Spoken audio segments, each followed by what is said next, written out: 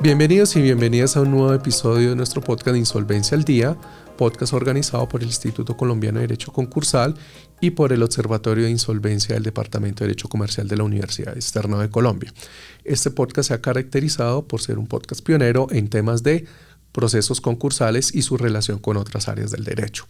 El día de hoy tenemos un episodio especial en el cual se analizará una publicación realizada en la revista Insol International denominado El tratamiento de los bonos en los procesos de insolvencia, un análisis comparado en el caso colombiano, peruano, chileno y mexicano.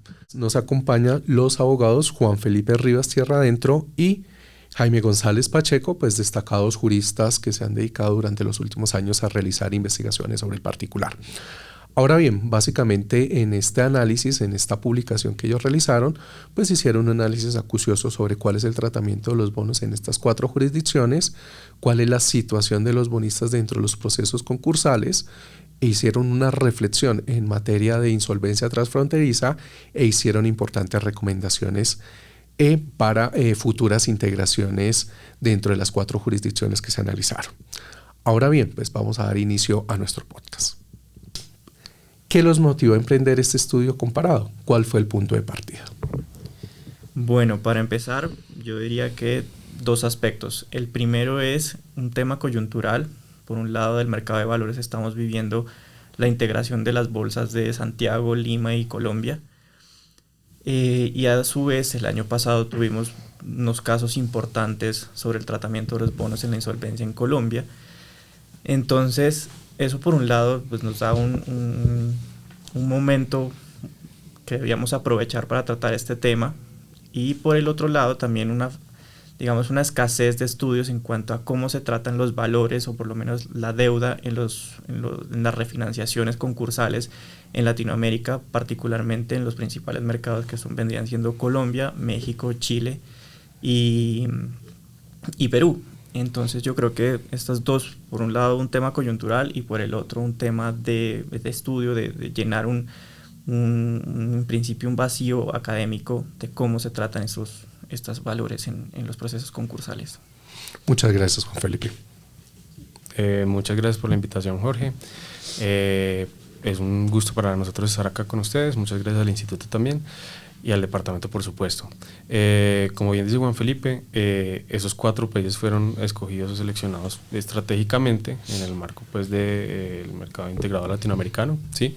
Y como él bien menciona, es una preocupación de cómo el juez de concurso ha venido abordando este tema, que tal vez no lo ha hecho, no ha analizado de fondo todas las normas o todos los preceptos normativos disponibles que regulan la materia del mercado de valores, pero en ese tema ya entraremos más adelante.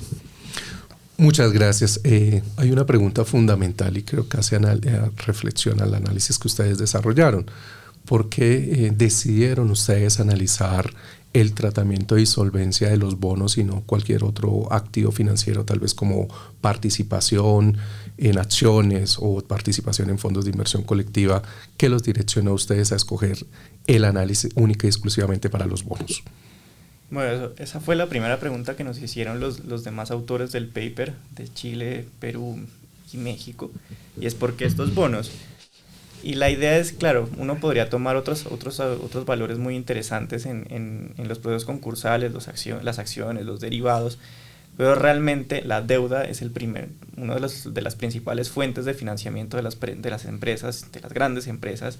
Y si uno ve los principales casos de insolvencia a nivel internacional, por ejemplo, reciente el caso LATAM, los principales, la refinanciación se enfoca en gran parte en cómo se van a tratar los bonos, cómo se va a tratar la deuda emitida y qué efectos o cómo afecta esta emisión, este crédito o cómo se armoniza con las leyes y los efectos de los procesos concursales. Entonces realmente si uno toma por ejemplo las acciones, la respuesta en principio viene siendo se pagan si queda algo después de pagar el pasivo externo. Pero en su lugar los bonos, la deuda como tal, sí tiene un rol fundamental en la reestructuración de una empresa, por lo menos desde el nivel financiero. Sino adicionalmente es tal vez el instrumento financiero que vemos con mayor recurrencia para la financiación, como bien decía Juan Felipe. Entonces, y pues es el instrumento que precisamente ha venido estudiando el juez de concurso en los casos que, como vamos a ver, no son muchos, ¿sí? Pero pues en lo poco que hay es el más recurrente. Entonces, básicamente esa fue la razón por la cual escogimos ese instrumento. Dentro del importante y organizado y metodológico estudio que ustedes realizaron, pues hicieron una aproximación a la regulación de los bonos en los 4 países. Para nuestros oyentes, ¿nos podrían ahondar sobre cómo están regulados dentro del mercado público de valores los bonos dentro de los países Colombia, México, Chile y Perú, pues para que nuestros oyentes puedan tener una visión mucho más direccionada sobre los marcos regulatorios de los bonos en estos 4 países?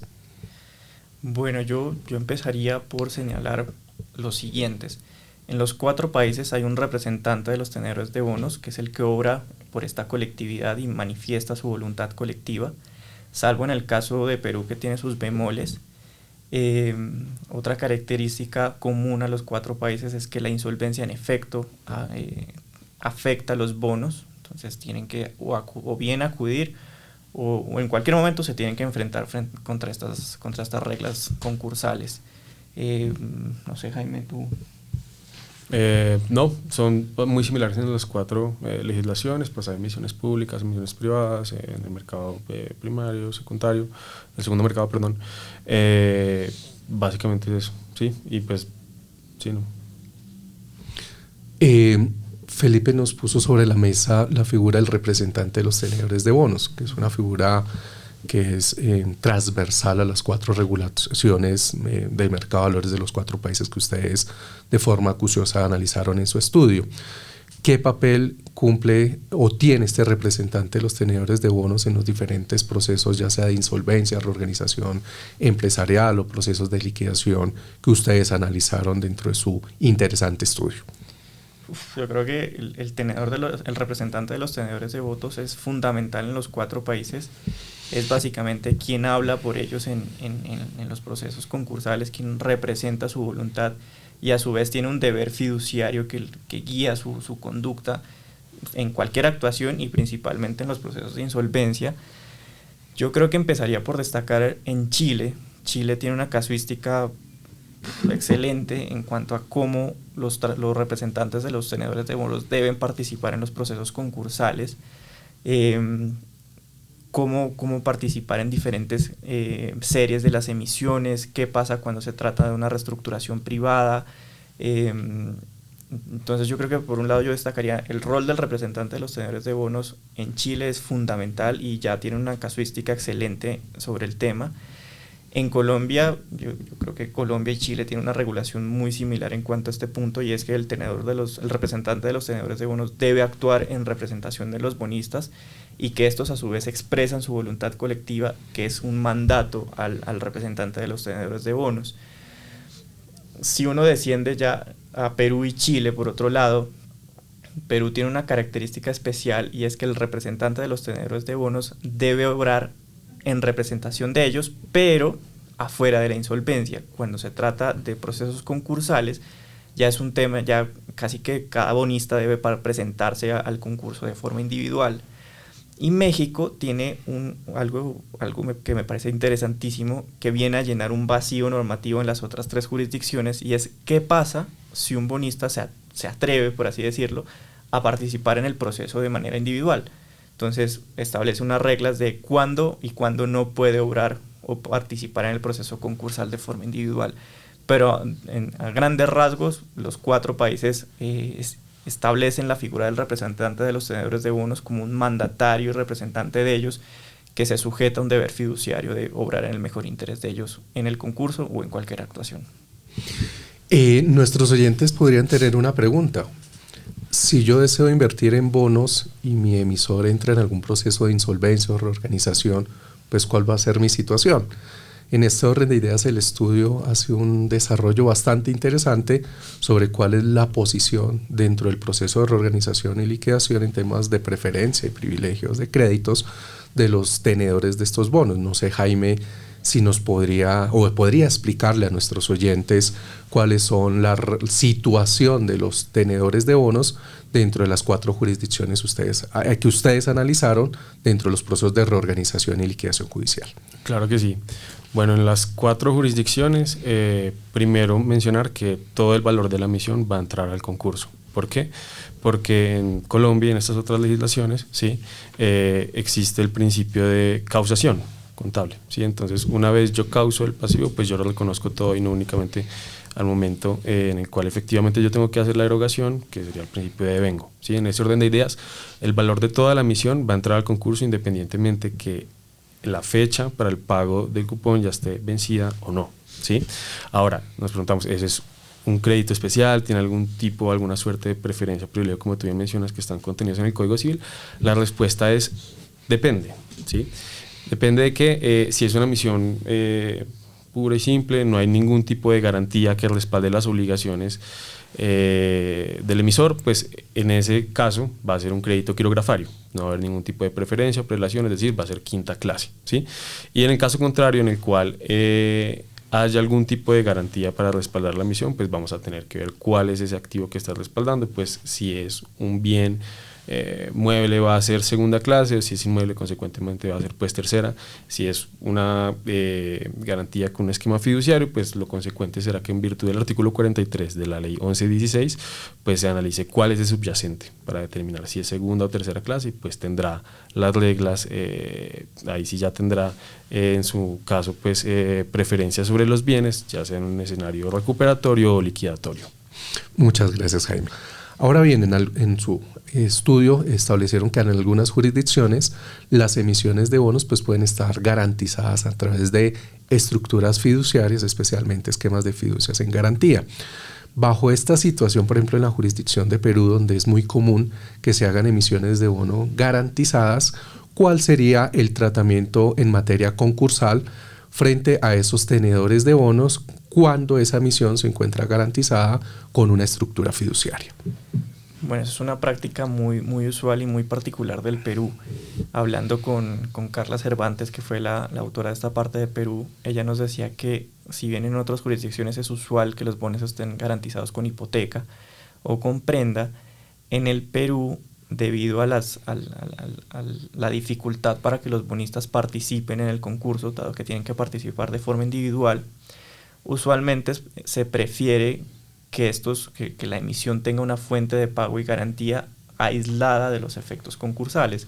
Entonces, por eso, al estructurar las emisiones de bonos allá, lo que hacen es transfieren unos activos y unos flujos económicos a esos patrimonios autónomos, que en caso de default del emisor, pues es simplemente el patrimonio autónomo entra a responder por el pago de estos bonos. Entonces ya digamos, los bonistas no tienen que acogerse en principio al proceso concursal, sino que se pagan con lo que esté destinado o afecto a la garantía. Ahora, si los bienes que están acá no son suficientes para participar en el concurso, pues tendrán que acudir indefectiblemente. Entonces lo que se crea es una especie de garantía, una preferencia de facto, y es que estos acuden a sus créditos sus créditos se pagan con el producto de estos activos en el patrimonio autónomo.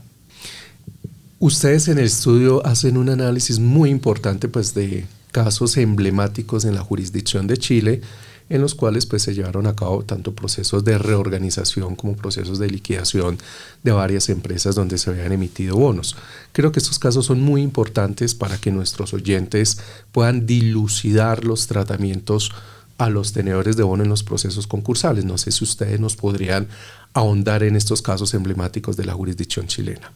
Claro que sí, Jorge, son bastante interesantes, y yo creo que lo más valioso de estos casos es que son, yo creo que una guía fundamental para los jueces concursales, para los operadores de las leyes de insolvencia, porque nos dan ciertas pautas que en principio en Colombia no se han presentado, pero llegado el caso es una guía fundamental. Yo empezaría por cómo está regulado el tema, y es que la Ley de Valores chilena tiene un acápite dedicado, unos artículos dedicados a cómo los representantes de los tenedores de bonos deben participar en un proceso concursal, y estos que por cada emisión, es fundamental hacer hincapié en la palabra emisión, habrá un representante de los tenedores de bonos que deberá hacerse parte en el proceso concursal y representar la voluntad de los bonistas.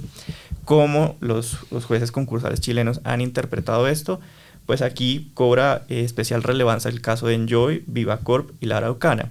Entonces empezaría por explicar La Araucana. La Araucana es el caso emblemático y que ha fungido como guía de los demás casos allá, y es en el cual el juez del concurso en primer lugar les dice que la ley concursal tiene preferencia en su aplicación frente a las demás normas, como la norma del mercado de valores. Y en ese orden de ideas, para efectos de la reestructuración de los valores de los bonos en la insolvencia, no es necesario o no se debería que estos, por un lado, reformen la emisión y a su vez, por el otro lado, sigan los demás acreedores con el acuerdo o plan de reorganización, porque esto violaría el principio de universalidad aplicable en los 4 países. Luego, lo que dicen en La Araucana es todos los acreedores tienen que vincularse al proceso concursal y el resultado de esa reestructuración después se debe ver materializada en el prospecto de emisión de los bonos. Pero, por supuesto, después viene la Comisión Nacional de Valores de Chile y dice, espera un momento, porque es que yo también tengo que proteger un interés público, que es el interés del mercado y proteger al consumidor, proteger al inversionista.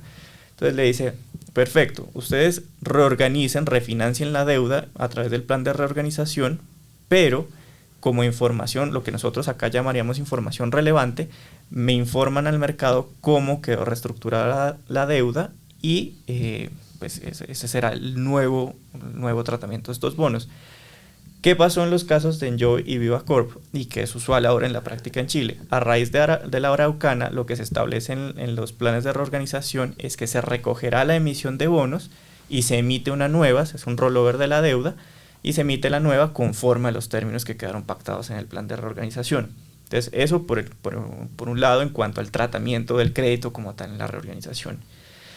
¿Qué pasa en cómo deben participar los representantes de los tenedores de bonos en los procesos de insolvencia? Entonces, en Enjoy pasa algo muy particular y es que Enjoy hizo una emisión de bonos, pero con diferentes series. Entonces, serie A, serie B. Al momento de manifestar la voluntad de los bonistas, la serie A quería decir una cosa, la serie B quería decir otra cosa. Entonces, en principio, teniendo en cuenta lo que dice la ley del mercado de valores de Chile, es que el representante de los tenedores de bonos obra conforme a la voluntad de la emisión, no de las series que hay individualmente consideradas. Entonces, los bonistas, no estando de acuerdo con esto, pues impugnan la decisión del juez de concurso de solo tomar la voluntad de la emisión como tal. Y por su lado, el emisor se defiende diciendo, la ley del mercado de valores establece claramente que solo habrá un representante de los tenedores de bonos por emisión. Al final del día se pusieron de acuerdo, llegaron al consenso de que se tendrá en cuenta la voluntad de cada serie. Entonces se establece el precedente de que si hay una emisión, es posible que haya una voluntad colectiva por cada serie individualmente considerada. ¿Qué pasa en los casos de las reestructuraciones privadas, de los famosos pre-pact? Entonces, en ese caso, el precedente establece que cada bonista participará de forma individualmente considerada en la negociación privada, aunque, pues, hablando con Nicolás Valdés y Francisco José Torm, que fueron los autores de esta parte de Chile, ellos dicen realmente la doctrina ha criticado mucho esta decisión, porque pues realmente sigue siendo un procedimiento concursal, solo que con una fase extrajudicial realmente. Se deberían aplicar la misma norma de manera analógica a los procesos privados. Y finalmente, es muy interesante ver el caso de Nova Austral y Enjoy, que eran unos bonistas, unos bonos que fueron emitidos bajo la ley de Noruega, pero por el inicio del proceso concursal en Chile debían hacerse parte en el proceso concursal chileno y estaba la duda cuál es la ley aplicable. Entonces en Chile dijeron, como esas obligaciones finalmente, si bien se emitieron en Noruega bajo la ley noruega, se tienen que pagar en Chile. Luego, por aplicación del artículo 16 del Código Civil chileno, se rigen por la ley concursal chilena y deben venir a hacerse parte al proceso concursal chileno. Muchas gracias, Felipe. Dentro del estudio que ustedes realizaron, pues hicieron un análisis muy importante sobre la situación de los procesos concursales y su relación con los bonos en la jurisdicción mexicana. Quisiera preguntarle a Jaime qué elementos relevantes podríamos tener presente para que nuestros oyentes pudieran tener claridad sobre cuál es la situación de los bonistas en procesos concursales en México. Ok, bueno, los bonistas en los procesos concursales de México tienen unas reglas muy similares a las de Colombia, a las que bien ha venido exponiendo Juan Felipe sobre el particular. Y es, los tenedores de bonos tienen que entrar al concurso, si van a ser calificados y graduados, y quien va a participar por ellos directamente dentro del concurso, ya sea en su faceta recuperatoria o liquidatoria, pues va a ser representante de los tenedores de bono, ¿sí? Él es quien se tiene que contactar directamente con el juez del concurso, con el mediador y en su efecto pues con el deudor también para negociar los términos en los cuales se va a reestructurar esa porción de la deuda. Muchas gracias. Partiendo de otros elementos fundamentales que ustedes analizaron en su estudio, hay uno de los puntos de discusión que más ha generado controversias durante los últimos años y llamémoslo es una situación de discusión entre la regulación del mercado de valores y los marcos legales en materia concursal, que es el principio de finalidad. Como es una situación y son unos criterios tan técnicos, nos gustaría pues que le explicaran ustedes a nuestros oyentes pues cuál es el papel del principio de finalidad dentro de los procesos concursales, qué características tiene este principio de finalidad y cómo los tenedores de bonos se podrían beneficiar o no frente a la aplicación del principio de finalidad y su relación dentro de los procesos concursales, ya sea reorganización y liquidación. Ok, bueno, sobre el particular, el principio de finalidad que está acá contenido en nuestra ley 964 de 2005, ¿sí?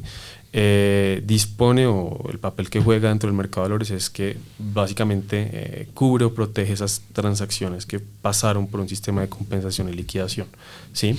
Entonces lo que busca es que estas operaciones no sean eventualmente revocadas o sus efectos sean modulados en virtud pues de un proceso de carácter concursal, de un proceso penal o administrativo, ¿sí? Entonces básicamente las operaciones quedan blindadas, ¿sí? Una vez pasan por el sistema no tienen forma de ser revocadas, ¿sí? Esto es muy bueno, ¿sí? Porque da algo de certeza, de seguridad a esos inversionistas que han puesto su dinero, que han fondeado, que han financiado al deudor, de que ese acto pues no va a ser retrotraído, en ningún momento se va a declarar pues la ineficacia, la nulidad de esta emisión, ¿sí? Esto viene un poco conectado con los principios de la IOSCO, están al final, que básicamente protegen exactamente lo mismo, solo que acá en Colombia le dimos un nombre bastante particular, que es principio de finalidad, y tal vez esa fue la razón por la cual en un inicio, cuando nosotros presentamos el proyecto a Insol International, ellos no entendían muy bien qué era lo que queríamos decir, entonces nos tocó empezar a hablar un poco de la IOSCO, básicamente cómo funcionaba, y ahí dijeron, bueno, ya, eso sí está en todos los países. Punto importante, Perú, sí no tiene una disposición dentro de su ordenamiento jurídico sobre el principio de finalidad, y esto puede crear algo de asimetría pues en los mercados al momento de hacer la integración, ¿sí? Y este punto del principio de finalidad es tan controversial porque esta es la norma con base en la cual el juez del concurso acá en Colombia ha fundamentado la exclusión de estos créditos de los procesos concursales. Y esto es algo tal vez conflictivo, ¿sí? Porque no es armónico con el principio de universalidad que caracteriza los procesos concursales, ¿sí? Entonces está segregando una porción muchas veces importante o bastante representativa del pasivo del deudor para que se trance por fuera, y esto es aún más incómodo porque en los procesos de liquidación se acentúa un poco este problema, porque en virtud del mismo principio de universalidad, la faceta ya no subjetiva sino objetiva, yo tengo que traer todos los bienes del deudor al concurso, ¿sí? Entonces, si yo excluyo ese pasivo, pero traigo todos los activos al concurso, en caso de que no tengan una garantía, pues ese inversionista va a estar en una posición muy incómoda, porque sí, no tiene que hacer parte del concurso, puede pagarse por fuera, pero no hay bienes para perseguir, ¿sí? Entonces es un poco crítico, o es tal vez la mayor preocupación sobre el particular. Ahora, la Superintendencia de Sociedades, ¿cómo ha venido resolviendo estos casos? Pues hay un par, no son muchos como anticipamos en un comienzo, ¿sí? Y uno de ellos, tal vez el primero, o tal vez más emblemático, es el de Interbolsa, el que se suele citar en la mayoría de los casos. Interbolsa tenía una particularidad que la gente únicamente ha hecho un análisis muy simple y es, bueno, había un crédito que fue negociado en el mercado público de valores, que eran los bonos, ¿sí? Entonces todo ese pasivo queda excluido. Pero la razón no es porque el crédito haya sido transado en el mercado público de valores, sino porque eso tiene unas particularidades, ¿sí? Y es que el emisor, que era Interbolsa Holdco, estaba ubicado era en Luxemburgo y la emisión de hecho fue en Luxemburgo. Lo que se pretendía era que estos activos que fueron fideicomitidos por Interbolsa Colombia fueran empleados para pagar pues, a los acreedores de acá de Colombia. Pero pues ese caso no tiene mayor aplicación porque la razón por la cual el pasivo quedó excluido pues fue porque él fue en Luxemburgo, primer punto. Y segundo punto es que dentro de los casos de la liquidación si tenemos un precepto muy expreso, muy diciente y nos dice que todas esos contratos o actos que tuvieran por objeto o efecto la emisión o colocación de valores, pues los efectos de la liquidación no se van a extender a los mismos. ¿Qué quiere decir eso? Pues que esos activos que fueron fideicomitidos para respaldar la emisión en el exterior, pues no podían ser empleados para pagar a los acreedores de Colombia, ¿sí? Y pues eso es totalmente, digamos que entendible y pues totalmente acorde a la norma. Pero después empiezan a haber un par de pronunciamientos que tal vez preocupan un poco. Uno de ellos, tal vez el más reciente, en caso de bonos como tal acá en Colombia, fue el de Inverfam. ¿Sí? En Inverfam se realizó una emisión en el segundo mercado con inversionistas institucionales que adquirieron pues, esas partes alícuotas de la deuda, ¿sí? Y en su momento, cuando llegó el punto de transar este aspecto bastante crucial, lo que hizo el juez del concurso fue simple y llanamente decir, ese fue un crédito que usted transó en el mercado público de valores en virtud del principio de finalidad, yo no puedo entrar a discutir o a modular los efectos de la emisión. En ese orden de ideas, pues saque ese pasivo del concurso y tránselo por fuera. Y pues al final eso tuvo un final feliz porque pudieron llegar a un acuerdo, ¿sí? Pero en el caso de que no, vuelve y juega el problema que les digo, todos los bienes están afectos al concurso, pero esos inversionistas después entonces no van a tener con qué perseguir o con qué pagarse su deuda. Y otro punto importante es el pago de la emisión, el pago del cupón, el bullet, ¿sí? Y es que lo que ha entendido el juego del concurso, como les digo, extiende los efectos del principio no solo a la emisión, sino también al pago, pero cuando uno va a ver qué regula o cuáles son las provisiones especiales del mercado de valores sobre el particular, uno encuentra que en el decreto 2555 hay una provisión muy expresa, que es el artículo 2.12.1.1.9, creo, el inciso segundo, y ahí dice que al momento de entrar a revisar la operación, ¿sí? Pues van a ver si están los recursos suficientes para liquidarla cuando pasa por el sistema de compensación y liquidación. Y en caso de que los recursos que están allí no sean suficientes para poder liquidar la operación, pues lo propio va a hacer que ese inversionista, ¿sí?, tenga que perseguir el cobro de su crédito. ¿Y cómo lo va a hacer? Puede que lo haga judicial, extrajudicialmente, y cuando ya estamos ante un proceso concursal, la norma sí me dice expresamente, vaya y se hace parte en el proceso de reorganización o liquidación o lo que sea, ¿sí? Entonces, en ese orden de ideas, pues esta norma resuelve tal vez todo el problema que se ha generado a partir de este principio, si se extiende o no el pago, y es bastante diciente, pero por alguna razón la superintendencia no ha analizado tal vez el conjunto de normas que regulan la materia. Y otra disposición o otro caso bastante relevante es el de Unitel con todo el grupo de las empresas Transtel. Allí se hizo una emisión en el exterior y básicamente como resolvió la superintendencia dijo, venga, eso se trata de una emisión privada, al parecer sí se había transado en el mercado público de valores, pero tenía unas provisiones, fue una emisión en Estados Unidos que hacía que se entendiera como privada en inicio, ¿sí? Y pues como el representante o el agente administrativo en ningún momento pudo acreditar o no acreditó en su momento que se había transado al mercado público de valores, pues la superintendencia lo que hizo fue simple y llanamente decir, lo que no va a entrar van a ser eventualmente las operaciones reporto, transferencia temporal de valores, etcétera, pero después al momento del recurso de reposición se dijo, oiga, espere, usted hizo una emisión privada, en ese orden de ideas pues no le aplica el principio de finalidad y consecuentemente usted sí es un crédito que hace parte del concurso y está calificado pues como quirografario. Sí, yo añadiría a lo que muy bien explica Jaime, es que una de las preguntas que uno debe hacerse cuando se acerca a este tema, y nos hicieron incluso cuando empezamos a elaborar el proyecto, es ¿en qué escenario evaluamos el principio de finalidad? Y muchas veces lo evalúan al momento de la emisión, pero realmente el principio de finalidad y armonizado con la insolvencia cobra relevancias en la negociación de los valores. Y quisiera poner este ejemplo práctico para visualizarlo, y es: ¿qué pasa si A le va a vender bonos a B por un volumen bastante cuantioso, pero A, al momento de poner la punta, de vender los bonos, entra en insolvencia? Bueno, el punto es: ¿qué pasa si esto se replica en el mercado múltiples veces? Pues realmente la sensación de inseguridad es muy grande. ¿Qué va a pasar con los bonos que le compré? ¿Me los va a entregar? ¿No me los va a entregar? ¿Tengo que ir a hacer fila al concurso? ¿Qué pasa? Y aquí es donde entra a jugar un especial rol el principio de finalidad, y es: si estas órdenes ya fueron aceptadas, por más que inicie el proceso concursal, son completamente irrevocables. Si ya la orden de transferencia está aceptada, no hay poder humano que pueda modificar esa orden. Luego se armoniza otro interés público, que si bien es importante reestructurar la empresa, también es garantizar la seguridad del mercado.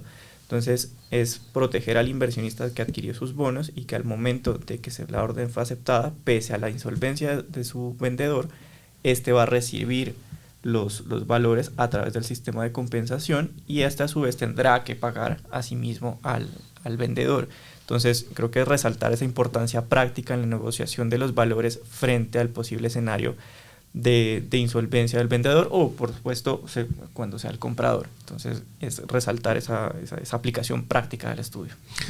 Muy amable por esta importante y completa explicación, pues, de uno de los elementos creo que más técnicos y que creo que quedó muy claro para nuestros oyentes, que es la implicación del principio de finalidad en los procesos de insolvencia.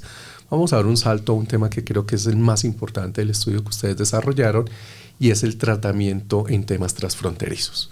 Y acá pues nuestros oyentes pueden tener una pregunta fundamental, y es importante que ellos tengan claridad sobre el caso. ¿Qué pasa si yo adquiero bonos de un emisor en el extranjero y este emisor pues entra en insolvencia? Y ustedes de una forma muy clara y precisa desarrollaron estas situaciones dentro del estudio. Quisiéramos pues que le expusieran a nuestros oyentes pues cuál es el tratamiento que ustedes lograron identificar en estas 4 jurisdicciones en el caso de insolvencia transfronteriza en temas de emisores pues que están en otras jurisdicciones. Claro que sí. En su momento Juan Felipe nos expuso el caso bastante emblemático, los 3 de Chile. Allí hubo unos en los cuales la misión fue realizada en el exterior, ¿sí? Un par. Entonces, pues es común y corriente, porque en las jurisdicciones, y como les decía hace unos minutos, en los procesos concursales rige un principio que es el de universalidad. Tiene 2 facetas, subjetiva y objetiva, y lo que busca es que esa faceta subjetiva, pues todos los acreedores de ese deudor concurran al proceso independientemente de cuál es en la jurisdicción en la cual se encuentren. Esa es la razón por la cual, si una empresa donde entre en insolvencia, ¿sí?, pues allá tendrán que concurrir eventualmente esos acreedores, o eso sería en teoría lo ideal, ¿sí? En ese orden de ideas, pues los tenedores de bonos, esos inversionistas, pues tendrán que concurrir a hacerse parte del proceso concursal, ¿sí?, independientemente de cuál sea la jurisdicción. Muchas gracias. No sé si Felipe quiera complementarnos algo de lo que nos acaba de exponer Jaime. Sí, yo creo que en este aspecto juega un especial rol la ley modelo de insolvencia transfronteriza de la UNCITRAL.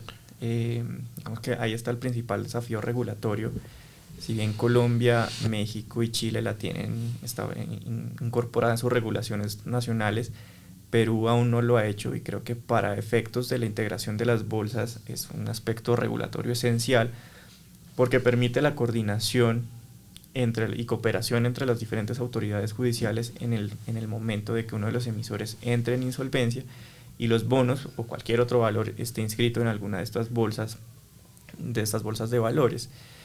Y menos mal el partido de Colombia no es hoy contra Chile, porque dirían que voy con Chile, pero en el caso chileno, el caso de Vivacorp y Nova Austral es bastante diciente de este caso, porque por el lado de Nova Austral los bonos estaban emitidos bajo ley noruega, pero como el concurso era chileno, a partir del principio de universalidad, ellos acudieron, los bonistas noruegos, los bonistas bajo las reglas noruegas, debieron acudir al proceso concursal chileno para efectos de reestructurar su deuda.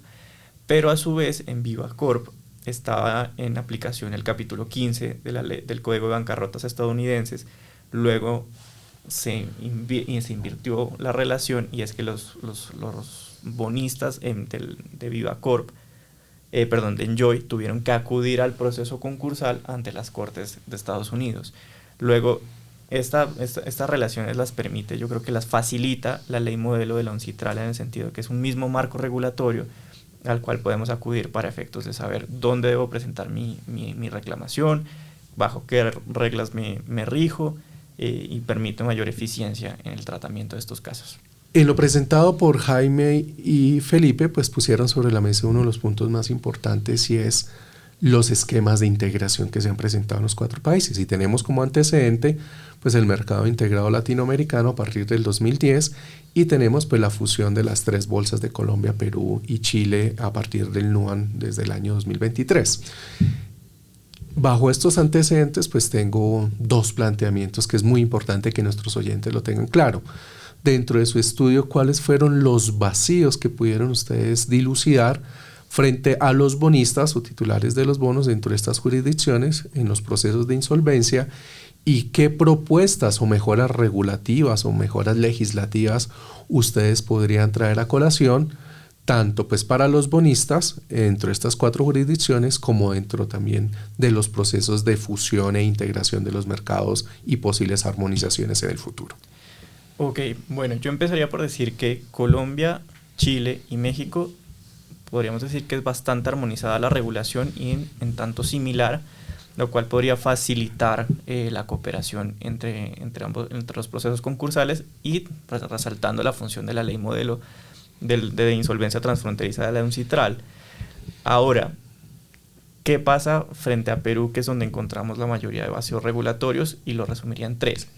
Primero, la ausencia de la ley modelo de insolvencia transfronteriza de la UNCITRAL. Yo creo que para efectos de la integración de las bolsas es bastante relevante que uno de los aspectos o vacíos regulatorios que se deban atender es la implementación de esta ley modelo en el Perú, de tal forma que tanto los emisores y inversionistas de los 3 países puedan reestructurar sus deudas de una forma, puedan reestructurar sus inversiones con el emisor de forma coordinada, a partir de un mismo marco de cooperación.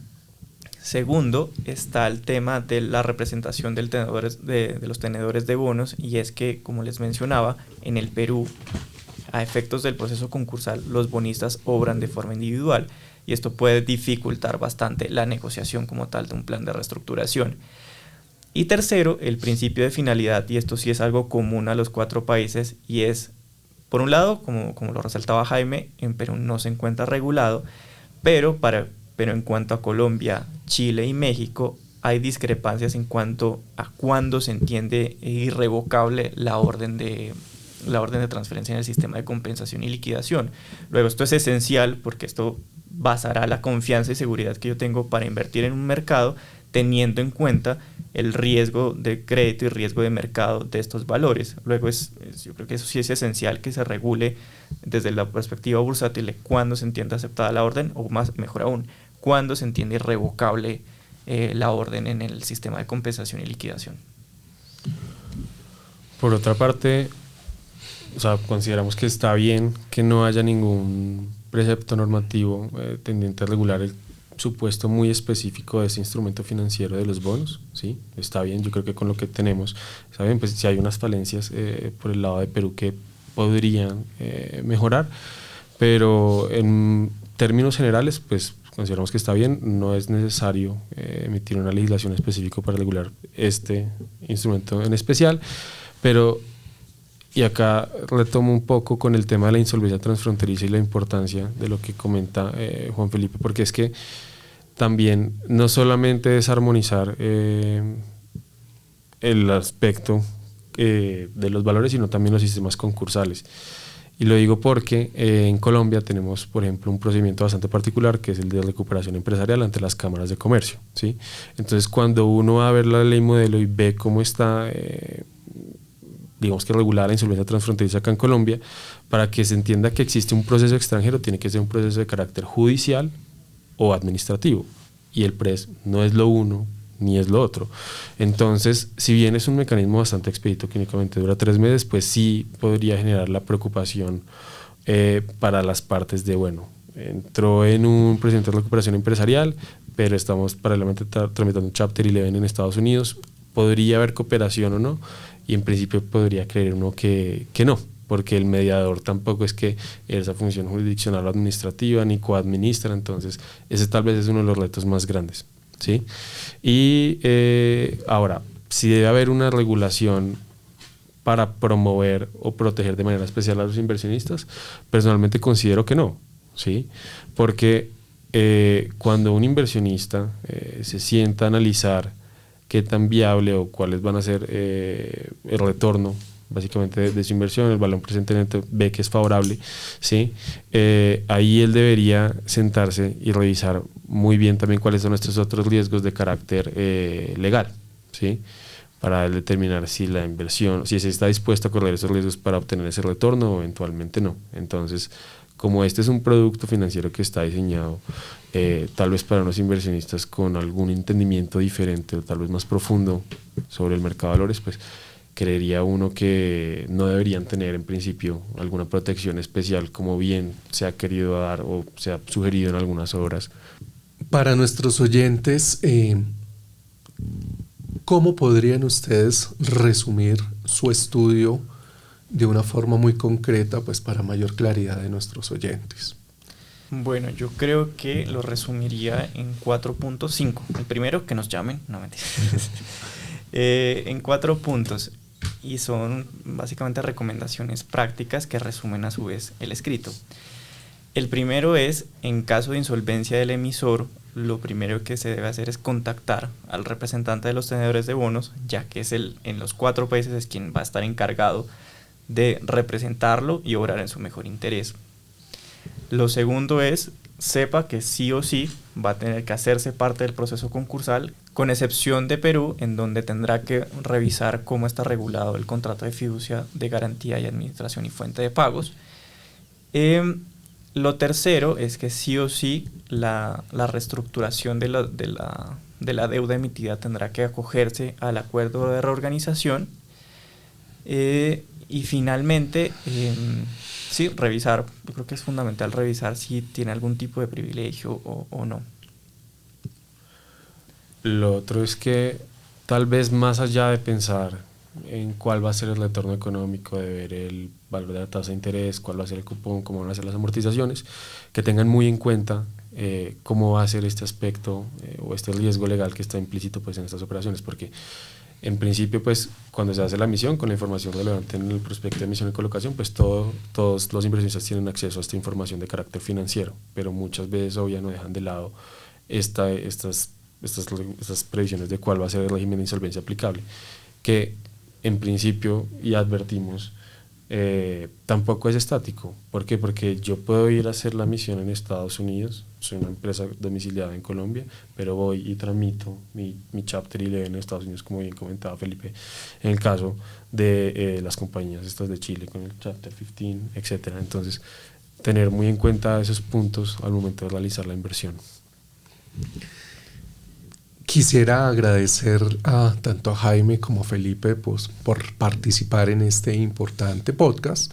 De igual manera, quiero felicitarlos por este importante trabajo. Es un trabajo muy acucioso, cuenta con una muy buena metodología y una estructuración que puede llevar a futuras investigaciones y pues es una gran herramienta académica y pedagógica pues, para las personas que quieran ahondar en temas tanto de mercado de valores como en temas de insolvencia y la relación entre los dos tipos de regulaciones. En este podcast pues hicimos un análisis pormenorizado pues de la regulación de los bonos en estas 4 jurisdicciones, en Colombia, Perú, Chile y México. Se hizo una aproximación sobre cuál es el tratamiento de los representantes de los tenedores de bonos. De igual manera nuestros expositores ahondaron sobre los diferentes tratamientos en materia concursal dentro de estas 4 jurisdicciones. A renglón seguido se analizó básicamente pues cuál es la situación en materia de insolvencia transfronteriza y finalmente pues se puso sobre la mesa cuál es la situación de los bonistas tanto en procesos de reorganización empresarial como en procesos de liquidación judicial. Finalmente pues invitamos a todos nuestros oyentes pues para que puedan consultar la importante investigación que hizo tanto Jaime como Felipe, que la pueden consultar en la página de Insol Internacional, Y finalmente, pues invitamos a nuestros oyentes que nos sigan acompañando en nuestro podcast de Insolvencia al Día y que nos consulten en todos los medios audiovisuales donde pueden ser consultados pues nuestros podcasts. Finalmente, muchas gracias. Muchas gracias a ti, Jorge.